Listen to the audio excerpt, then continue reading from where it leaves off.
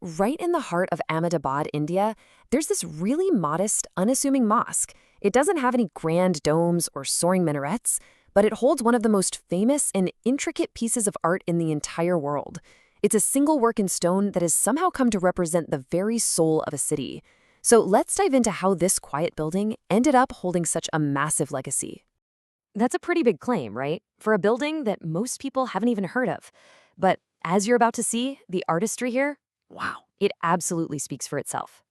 Okay, so how on earth does a stone carving from the 1500s become this huge 21st century icon? Well, the whole story really kicks off with one single, incredibly detailed window. And boom, this slide just lays it all out perfectly. On the left, you've got the original stone lattice screen. It's called a Jali. And on the right, that's the logo for the Indian Institute of Management in Ahmedabad, one of the top business schools in the whole country. You can see it, right? The inspiration is direct, it's elegant, and it's just so powerful. But oh, its reach goes way beyond just one famous school. This Tree of Life design has become the unofficial symbol of Ahmedabad itself. It's the go-to souvenir for visiting world leaders and a timeless tribute to the incredible craftsmanship of Gujarat. It's basically the city's signature, carved right into stone. Okay, now here's where things get really interesting. You've got this world-famous piece of art, so you'd think it'd be housed in some grand palace, right? But the reality? Well, it's something else entirely. Yeah, just take a second and picture it. When you think of a world-famous mosque, what comes to mind? Probably these huge courtyards, majestic domes stretching up to the sky, towering minarets. That image of pure grandeur and scale. But then you get to the Sidi Saiyyed Mosque, and it's the complete opposite. It's a simple, one-story building made of sandstone. No domes. The minarets it once had, they're long gone. It just sits there, kinda humbly, at this super busy intersection. A masterpiece just hiding in plain sight. So that really begs the question, right? If the building itself is so modest, what is it that makes it a global masterpiece? Well, the answer isn't in its size, but in the tiny details, and in the incredible story of the guy who built it. Yeah, to really get the art, you've got to get the man behind it. And this wasn't just any rich guy. This was someone with a truly remarkable life story, a man who left a permanent mark on the city. All right, first, a little background that's super important here. The term Sidi refers to Indians who are of Abyssinian or East African descent. And Sidi Saiyyed was a major figure in this community, a man who rose to incredible heights in the Gujarat Sultanate. And his life story, it is absolutely incredible. Get this, he started out as a slave brought over from Yemen, but by serving in the army, he climbed the ranks to become this well-respected nobleman. He eventually got his own land grant, and he used that land to build this very mosque. And he wasn't just a soldier, not by a long shot. The history books describe him as a really smart guy with a huge library, a philanthropist who ran a public kitchen for the poor, and a deeply religious man who made the pilgrimage to Mecca. He passed away in 1576, and his tomb is right there on the grounds of the mosque he created.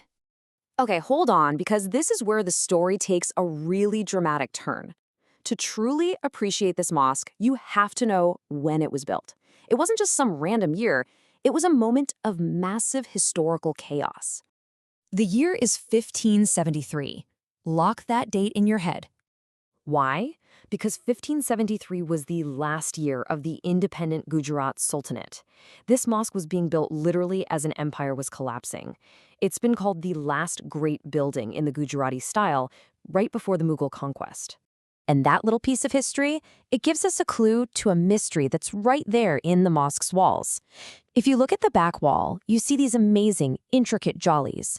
But then, in the main central arch, it's just a plain stone wall. Why would the most important spot be missing its masterpiece? The answer is just wild. They had to abandon construction.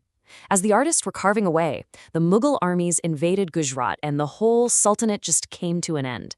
The work stopped, that central screen was never finished, and the mosque was left incomplete, a literal snapshot of a conquest, frozen in stone for more than 450 years.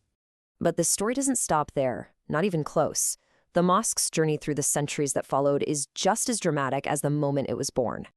You know, this mosque has lived so many different lives. First, it was this unfinished masterpiece.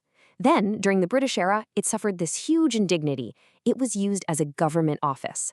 They were literally stuffing old documents into these beautiful carvings.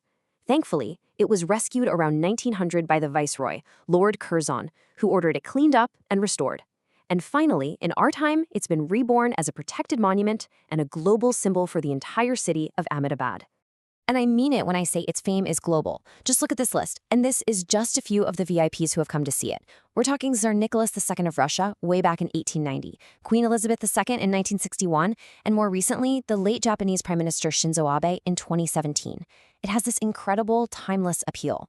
So today, it wears all these different hats. It's still a living, breathing mosque where people pray every day, exactly like Sidi Saiyyed wanted. It's a protected national monument. And yeah, it's without a doubt the vessel that holds the artistic soul of Ahmedabad. Which kind of leaves us with this one big thought, doesn't it? How can one single, unfinished window, carved right in the middle of a historical collapse, end up holding the entire identity of a modern city?